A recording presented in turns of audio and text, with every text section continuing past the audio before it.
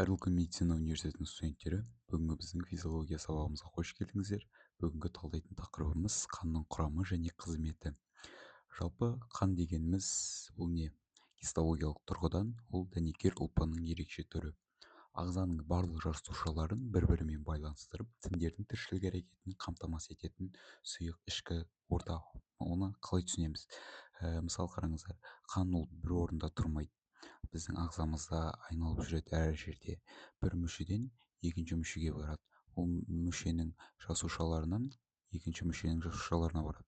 Солай ол екі арада жүреді және екі арадағы заттарды тасымалдап жүреді.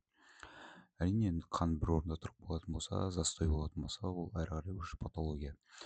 Ересек адамның денесінде орташа есеппен 4-6 литр қан болады. Енді әрине ол адамның салмағына да байланысты болады. Жалпы қан адам денесінің салмағының 7-8%-ын құрайды. 7-8% бұл деген уже аз емес. Енді кеттік. Қанның құрамы. Қанның құрамы жалпы қараңыздар, плазма және пішіндік элементтерден тұрады. Пішіндік элементтерден бастайтын болсақ, ол біздің мектеп форматта биология сабағында өткен білесіздер. Тромбоцит, эритроцит, лейкоциттер.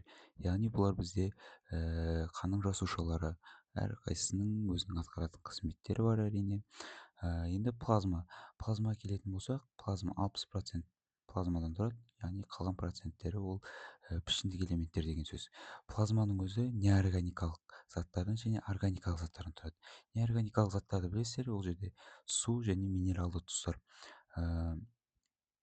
Енді су ол везде, адамның көп бөлігі судан тұрады. Енді органикалық заттар, ол жерде ақуыздар, майлар, глюкоза, витамин, гормон, продукты распада, яғни жеген тағамдағы заттар қанға таралады. Яғни оның ішекте сіңіріледі, сөйтіп қанға таралады. Енді бұл жерде бұл қалай сіздерге түсіндіріп кетейін. Ол жерде плазма мен пішіндік элементтерді. Яғни мысалы мынау бір тамшы қан деп алайық, мынау жалпы қан, бір тамшы қан. И соның ішінде плазма.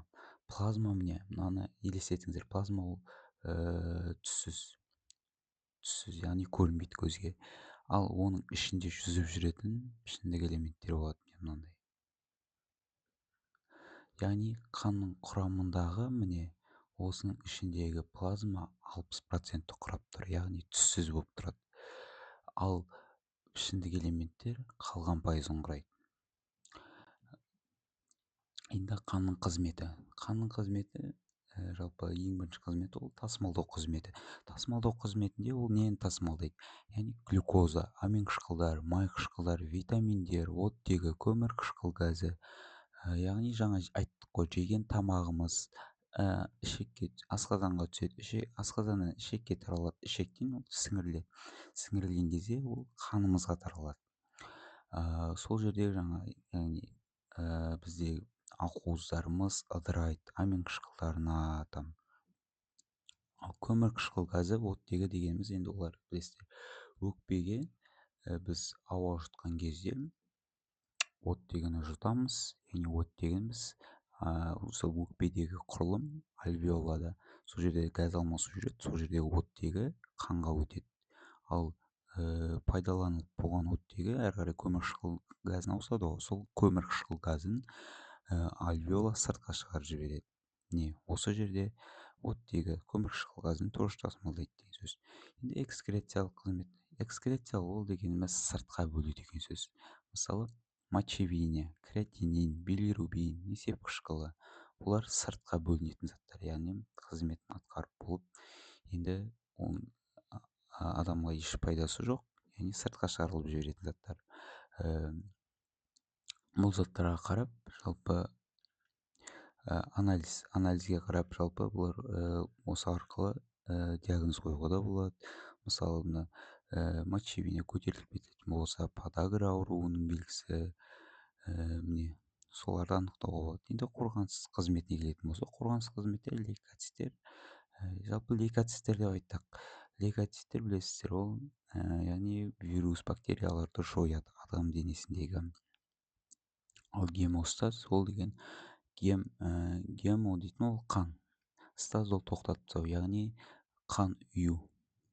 Егер бір жерімізді біз кесіп алатын болсақ, жалпы кесіп алған кезде тромботиттер мен қан ұю факторлары активтенеді де сол жерде бітейді барып. Мына қан тамырының эпителийі зақымдалған кезде мына жер тромботиттер барып осы жерге келеді, қан ұю факторлары келеді де осы жерде біте бастайды міне. Ал енді гомеостаз ағза тұрақтылығын сақтайды. Ол жерде дене температурасы бар жаңағы. Дене температурасын қалай сақтайды? Мысалы, далада суық болып тұрады, ал сіздің дене температураңыз ол қалыпты температурада тұрады, яғни жылы. Сіздің қолыңызда қан тұрып қалмайды ғой бір орында. Айттық, қан ол айналып жүреді ағзаңызда.